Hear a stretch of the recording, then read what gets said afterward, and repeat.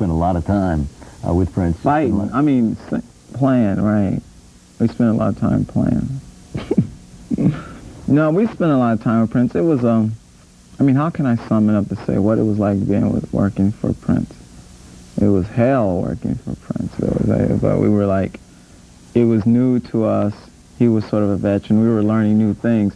But it was one continual pressure. I mean, you hung around us. You hear the stories we talk about. Horror stories. I mean, so it was like, the only good thing I can think about when I think of those days is like hanging out with, touring as a time and hanging out with those guys. That's that's about the only good thing I can think of when I think about those days. I think those days took their toll on everyone in the time because it was a lot of pressure. It was just a lot of pressure. You couldn't wear certain things. You couldn't do certain things. You couldn't, if you did a dance that he didn't like or a dance that the audience dug, he didn't particularly like that because he would stop us from doing certain dances, from wearing certain clothes because there was he just never wanted there to be any room to upstage him. So it was kind of funny. So we used to laugh about it every night and go out on stage and we'd have these big talks and he'd come in the dressing room some night and had every night practically, and had these big talks with Morris and say, don't you guys go out there and do the bird, and don't you guys do this, and we'd go, oh, okay, you got it, cool, and then he'd leave and we'd go out and do it anyway and just get in trouble and get docked because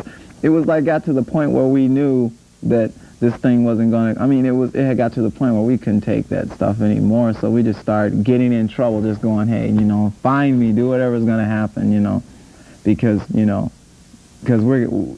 had got to a point that it was utterly ridiculous. It got to the point where we'd go into a certain city we'd go into a city like L.A. or New York, and he'd throw us off the bill because he was afraid of us upstaging him, and that was a very, in cities like that is where all the critics come out and they, and he'd throw us off the bill. Or sometimes reduce you to playing background for Vanity 6. Well, that's the only thing we ever got to do, which we were behind a curtain, so no one ever saw us. So he would just throw the time off the bill completely, and that got to us after a while too, because we'd wait to get to these major cities and would be real happy, and then we wouldn't get to play, and it was a real drag. Why did he feel that way? Why did he feel that you guys would upset you? Was that the case? Did you guys burn him on stage? Was kicking his, it just got to the point where because the first New York date we did together, the critics really raved about the time, and so that the second one that came around for the next album, we were definitely not on that. We got through off of that one, and we just, we were reduced to just playing for the Vanity 6, which, which, we didn't really want to do that either, so. We had Terry Lewis and Jimmy Jam on here a few months ago, and they were telling us about the night that they got fired. They missed a flight. They were in Atlanta. But you know what happened? Ironically, check this out. This is amazing, but they never think about this, and check this out. We were in New York City. We were at Radio City Music Hall. Now, this is no stuff, right? We're in New York City. We're very excited because Radio City Music Hall is a cool place, and everybody, gets to play there, and we're like really happy because we're getting to play all these places. So we arrive in the city, and we're all ready. We're psyched all day. We go out, and people that know us, and everybody's excited to see us. We arrive to the hall, and we find out when we get there that we're not playing. Okay, we find out. Every time this would happen to us, the band would just totally get really together, and everybody would get super, super depressed and get really down and stuff, And it was like, so we'd all be trying to do stuff to pick each other. Oh, it's cool, man. We'll get it the next time. We'll, forget this cat. He's got his problems and so forth and so on. But it was that date, believe it or not. I don't know if Terry remembers it, but it was that particular date that we had 2 days off in New York after that date. And that's when those guys went to Atlanta and was working with the SOS after that. Which, at the time, hey, I don't blame them because it was like we were all in New York, and here we were in New York 2 days after, and we never even got to play. And everybody there wanted to see us, and he would always tell us, they're not interested in you. They're here to see us. They're here to see me all the time. And he would always try to keep us to a mental level so that we'd always think we wasn't about anything, or people wasn't really there to see us all the time, and things like that, which we really never took that in, and so we would take all that energy and all the stuff we was holding back and put it into positive energy. But it was that particular show that when those guys left New York and went to Atlanta, was that after that particular really depressing ordeal. Well, when they got fired for missing that gig, that next gig, how did you feel at that point, knowing that, I mean, that's obviously a very big part of the group, Terry and Jam?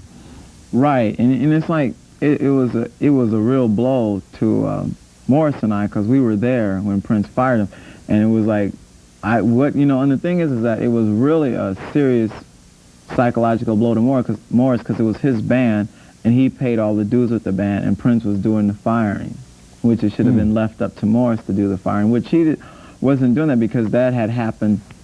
They got fired way after the tour. It was over, and that was really unfair, because they when it happened, they got docked and everything for quite a bit of money and everything, and then we went out, we finished the tour for like a couple of months or something, and then way after that, then they got fired, which I thought was... But how did you feel personally? I felt a great loss, because not only was your band, who all these cats you've worked with, this hard. I mean, we put 5 years into a year, because we would rehearse for 6 months and things like that before a tour. I mean, the time we rehearsed all the time, damn near 7 days a week. So we would rehearse a lot, and I felt a big personal loss, because we were real tight as friends at first, okay? I mean, I came to Minneapolis, I knew no one. I lived with Terry. Terry, he let me live in his attic, in his basement and things like that. So he was real close to Terry. I was real close to Terry, because he, took me in, he treated me like his little brother, and it was like, I felt a great loss, because not only, like I said, not only was you a great band breaking up, but it was like, part of your family was getting kicked out. Is that when you decided to leave too? No, it was like that. Then I was going to decide to hang, because then there's always a business side to everything you're doing too, and you got to look at the business side, and then you got to go with that, and then and the business side is to continue work, because you got to live, and things and so on. So we tried to make that work, but Morris was definitely not into it. Morris disappeared after those guys got fired, and we couldn't find him for a long time, because he didn't want to be a part of it anymore. So when I knew he was out, then I left. Okay. It wouldn't be a rehearsal. You're always yourself, and I love that. You're going out on tour with Cameo starting the 26th, right? Yeah. Okay. So that's going to be kind of fun. We're going to Europe, all over the place. Oh, even fantastic. to D.C. Yeah, well, it should be hot. I know it's going to be real good. Continued success to you. Best of luck on your new album, and we want to thank Marva King again for being on the show today. Hey, one trivia question before we go. Who produced Janet Jackson's last album? Not Control, the one before that. The answer? Jesse Johnson. I did? Yeah, you've been around, man. Oh. Again, thanks. Thanks to you for tuning in today. We appreciate it. God bless you. We'll see you tomorrow right here on Video Soul. On stage.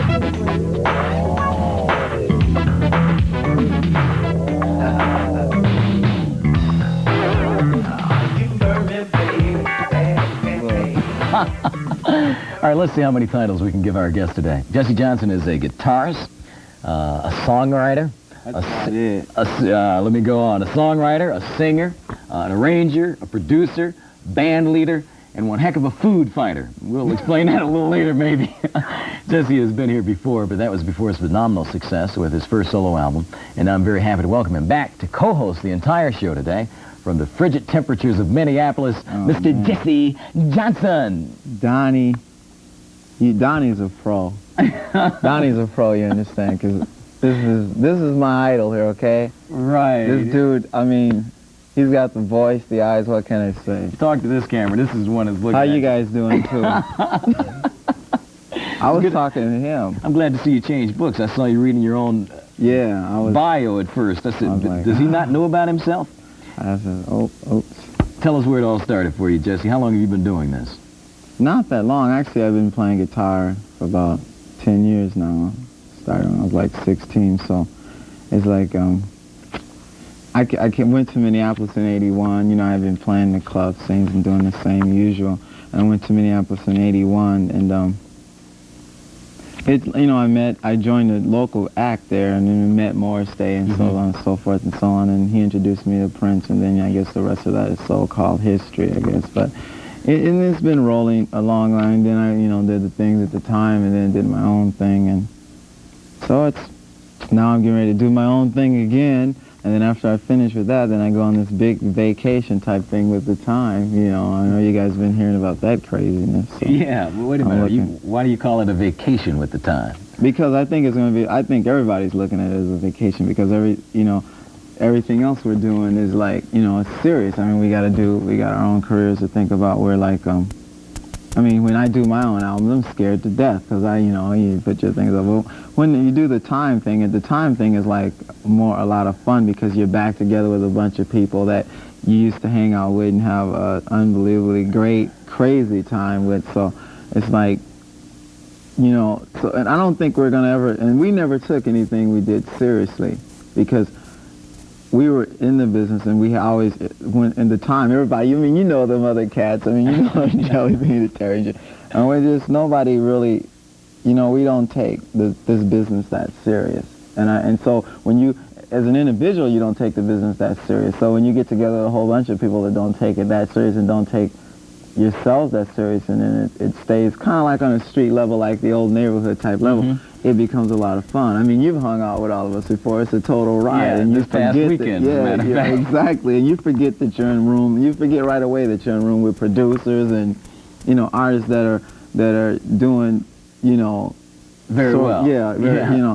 So you forget that right away because, I mean, you saw, we're laying on the floor and we're telling jokes and people are wrestling, and I mean, it's back to the same old thing when we're all together. So I think everybody's looking forward to that. I'm really looking forward to that. Do you think that's part of the reason why the Time was always so successful, that you guys didn't take it seriously? Do you think a lot of artists take themselves too seriously? I think, I hate to say things about other opinions about other artists, but it's like, I just, for myself, I think it can be, I think it gets real crazy if you take what you're doing too serious and you don't look at it, and you don't look at it like, you got to look at what's happening to you, especially when good things are happening to you. You got to look at it always as you're fortunate, and you got to be real thankful and never take it for granted. And I think when you look at it that way, you never take the situation, you never take it seriously because you know that, you're just being blessed with this at this time. So do the best you can do at that moment because it doesn't last forever, and you always remember to give something back because you're one of the fortunate ones. Tell us about some of those good times that you alluded to with the Time, one in particular. Now, you guys talked about this in depth when I was in Minneapolis this weekend with you guys. Let me set this up. First of all, kill that dude, man. We were hanging out all weekend long, and we all went by Jesse's rehearsal because you're getting ready to tour. And after the rehearsal, they're sitting around just talking about all these crazy times that they had. And one particular night, you guys had an $1,800 food fight. Right, and they tried to charge. It was funny. After the food fight, Prince tried to charge me and Morris for it because we totally destroyed the hall. I guess it was a gas. But what happened is that it started like we were in like Cleveland or something the night before, right? Actually, we were in Cleveland that night, so we must have been like in Cincinnati or something in this little hall, and we were like on the 3rd floor, and they were like on the 2nd floor, and I think the girls was down on the 1st floor. And so you had to walk past their dressing room to get to ours because we were so we were like throwing. It all started with mustard. Those squeeze bottles of mustard, right? So we like. One of the guys in Prince's band said something smart to somebody in the Time. And so we like took mustard and go, are you kidding? And took these big squeezes out. Mustard ruins anything. Right. And I think it was Bobby Z. It was either Bobby Z or Matt, and they had on a white shirt. It was Bobby Z, and we like covered him with mustard while he was running. So he went and told them guys, and they go, oh, okay, they want a food fight, but they had no idea that we were a total, we were a bunch of idiots. We did not stop until it was like, we were like soldiers. I mean, we had a whole combat routine and everything. And so we like took all of this stuff. We were throwing oranges. I mean, we were like bombing these guys. We were wiping these guys out, just totally destroying them, right? And they go get their tour manager. He's got glasses on. He looks on and goes, you guys got really cool out. And we like knocked the guy's glasses around his head. So it proceeded to the next, we hurt him so bad in Cincinnati that when we went to Cleveland, these guys, they started a big food fight then. That's Prince's. Right, Prince's band. They started a big fight. They started it first because we were like in the middle of our performance, and we had never really played Cleveland, so it was like our perfect time because we were going there hot this time. And in the middle of our performance, he had Big Chick come out and grab me off the stage And Prince came out dressed like me and started jumping up and down, right, just joined right in with the step. And the whole time, this thing was, because our shows were taped, you watch the videos, Moore's like had shades on, and he's like, pull the shades on, all you see is his mouth just going, And so he's obviously saying some rude stuff, right? And Prince is like ignoring him, and so. And these guys take me backstage, put mustard all over this. I mean, I had this bad suit on. It was all black too, black, and they put whipped cream and mustard all over me. So I'm like totally mad, right? I run out on stage. Prince is in the middle of the show. We're doing the middle of the cool. We're jumping up and down. We're like kicking. So I run out, and he sees me coming. So he starts running, and he's like flying, and the stage is really slippery, and he's slipping, and the stage is like 8 feet up, it was like a really high stage, and I'm chasing him all over stage in front of, 19,000 people doing performance, and he's dodging, and he's running, and I'm on stage, and the whole crowd is going, what the, and so he runs around, and he runs into, Zapp was on the bill with us, and he ran into Zapp's drums, and knocked the whole entire set of drums off the stage. I mean, cool. And that's when I ran on there and they caught me and they took me to the dressing room and handcuffed me to this thing and was like putting all this food and stuff on me. And so my band, because we were like really tight. So the time, if you mess with one, you had to beat up everybody. Well, what did the audience feel about this? I mean, looking at all this. The audience didn't know what to think because people were coming up to me after the show going, why were you and Prince fighting? And blah, blah, blah. And they was like, they didn't know what, they had no idea. Well, I want to find out if you guys really got along or not. And we got 2 hours together. Cool. So, right now, though, we want to play one of your early videos with The Time. One of my all-time favorites. I think this is one of the baddest grooves. Matter of fact, you wrote this, right? Yeah, Jungle Love? Oh, okay, yeah, cool. I watched that one. Yeah. All right. The Time with Jesse Johnson and Jungle Love on Video Soul. Hi, this is Jesse Johnson. Stay tuned for more Video Soul coming up in just a few minutes.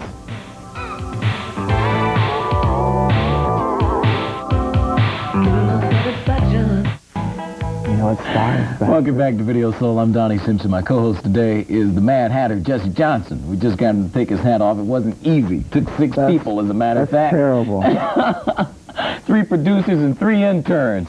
But we finally got it off. They said you look like you were a victim or something, like you didn't want to be seen on TV. From national television. Trying to hide your identity. I was trying to hide. Why? What are you trying to hide from? I wanted to be in that show that one guy's going to be doing. I wanted to say, what are you talking about, Jesse?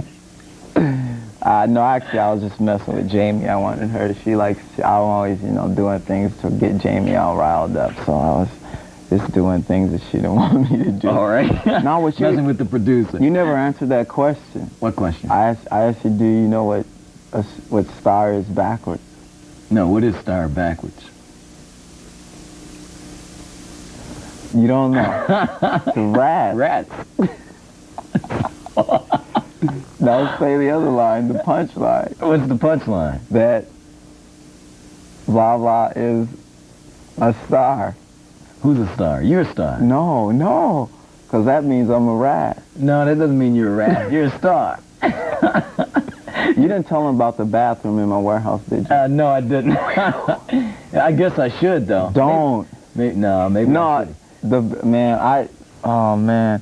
You know why that bathroom is brown like that? Because the water has... no, but I think you should explain now. Because the water has a lot of iron in it. So is that right? It turns everything brown. So when you go in, whenever people, that's the biggest joke, is like whenever someone goes in to break them in, they must use the bathroom in the warehouse. And that's what was so funny. The first thing you said when you walked in is like, Jesse, could you tell me where the bathroom is? And when you went in there, everybody was on the floor when you came out. I was wondering why people were laughing. That's the initiation. That's the initiation. I mean, this warehouse he's speaking of, folks, by the way, is where they rehearse for his upcoming tour. And the bathroom is in awful shape. You get someone in there to clean it up real soon, Jesse. Donnie said he went in the bathroom. What did you say, Donnie? You went in the bathroom? I won't repeat it on the air. And the sink asked you if you could get him out of there. He'd make a deal with you for the toilet. Please get me out of here. Oh, man. This place is ruining my career. It's pretty nasty. But we were hanging out that day with the fellas. It was almost the whole group. It was almost the entire time, with the exception of Monty Moore and Morris. You guys seem like you're really having a good time. It's like you really missed each other. Do you guys miss each other? Well, we do, because we talk a lot on the phone, but when we get together, that electricity, you know, that's what's amazing. Isn't it weird that day that everybody had black on? Did you notice all the time members? Wasn't that weird? I thought y'all just did that every day, you know? That's the vibe. We used to do that. It was like, that was so cool when we were in the time. We used to walk down the street and we looked like a gang instead of a band, and we would, you know, because, you know, you wouldn't mess with Terry or Jellybean. So we was like, as long as we had Terry and Jerome in there and Jellybean, you know, we was pretty cool. Who came with that whole concept, though? You know, with long coats, with the hat, gangster hats. That kind of Snow. A gangster look. That Snow in Minnesota came up with that concept. Everybody has that sort of gangster type thing. Yeah. The weather brought it on. Around this time of year, yeah. Well, I just escaped it. It was just cold last weekend when I was there, but I understand you guys got a lot of snow a couple days after. Yeah, right when I left, man, it got ugly again. Doesn't that ever make you think about leaving and moving? I am leaving. I can't wait to leave. I don't like it. It's too cold there, and it gets cold there before it gets cold anywhere else. I can't deal with that. You leave and go where? I don't know. I was thinking about moving to Arizona. Then I might move to like the Bay Area or something. It's got to be kind of mellow, because I don't like to be sitting in a real fast-paced place. I like to go to it, but I don't like to live in it, you know. So Los Angeles is out? Yeah. But that seems to be where most musicians go. I mean, Los Angeles or either New York. Because most people probably need that, but I don't need that. I like to be alone. I like to be hidden. So I work better when I do that. That's the only good thing about Minnesota. It leaves you a lot of time. That's all you can do. That's why everybody will get a studio in their house if they can, because a lot of times that's where you're trapped, you know, when the snow is like, but that's where your studio is, in the house, right? Yeah. You have the board that you did your first, the Time albums on. And a couple of Prince's albums, right? Right. I used to, actually I sold it. I sold it to John McClane, believe it or not. That's John. That board is getting around. That board is getting around. But I cut my first album on that board, and the Tamara stuff, and quite a few things. I cut some of the stuff on my new album on that board. How do you cut? I mean, is there like a specific time? Does everyone meet you at the studio, say from 9 o'clock until 5, or do you just do it when you feel it? Do you do it 3 in the morning? Basically, I do my whole album myself, and I engineer a lot of it. So what it's like, I'll cut like crazy. I recorded crazy myself and did all the instruments on that myself. But like, I'll call Tim, and on the long version there's this really cool organ solo, and Tim did that. And so like, some of the songs, if I want different flavor on it, then I'll call, like, Do Yourself a Favor. Keith, my keyboard player, and Sonny Thompson, my other keyboard player, who's also a bass player, he did a lot of the stuff on that. They did a lot of playing on that. Basically, they almost did the whole song. So it varies. It depends on what I'm going for. And like ballads, I always have to get a different bass player, like Sonny played bass on Tonight. And it just depends on if I'm going for a different flavor, then I'll call in one of those guys, because if it's something that they're into, like some of those guys are jazz musicians or something. If I want that kind of flavor, then I'll just have one of them do things in it. So it all goes a lot different. Some songs I totally do myself. Some songs I'll have someone do something on. What about Be Your Man, which is the next song that we're going to feature? I did that one myself. Actually, Mark Carden's helped me do chords on that. But yeah, that basically did that one myself. Is that your biggest record to date? No, actually, Can You Help Me still is the biggest record. Can You Help Me, Free World thing. Okay. Well, this is Be Your Man. Jesse Johnson on video. Donnie Simpson, and this is Jesse Johnson, of course. Jesse brought his equipment, so we're going to play a little bit later on. As a matter of fact, I think Jesse's going to show me a couple things on the guitar. Donnie's going to show me how to sing. Yeah, I'm going to show you how to sing, right. We also have another very special guest on the show today, and that is Marva King. Now, you've heard us talk about Marva King before. She's a lovely lady that sang Love Will Conquer All with Lionel Richie. And she is on the show, and she's going to sing, not me. No, you're going to sing too, Donnie. Yeah. I'm going to see how many songs you know. I'm going to see how you like it. I'm going to see how you really like the time. Yeah. Uh-oh. Well, this will be a test. Anyway, a few minutes ago, Jesse and I were talking about all the artists who've come out of England in the past few years, not on the show. So don't feel like I didn't hear him talk about that. This is off camera. Notably, the black acts like Sade, Billy Ocean, Jackie Graham, Simply Red. They aren't black. Are they black? Last time I looked, they weren't. They're not black. Total Contrast, Junior, and Luce. If they are, they should tell their mothers. Right. Me too. Jane Eugene of the group Loose Ends was on the show last week, and she shed some light on how difficult it is for a black British act to become popular in England, because there's only one radio station in the whole country, and that's BBC One. And if you don't get played there, it's very hard to get your music heard, and it's very hard for black artists to get on BBC One. Well, Loose Ends has crossed the Atlantic and is receiving rave reviews on their latest single, which is called Slow Down. I happen to love this video, too. Check it out. Loose Ends on Video Soul.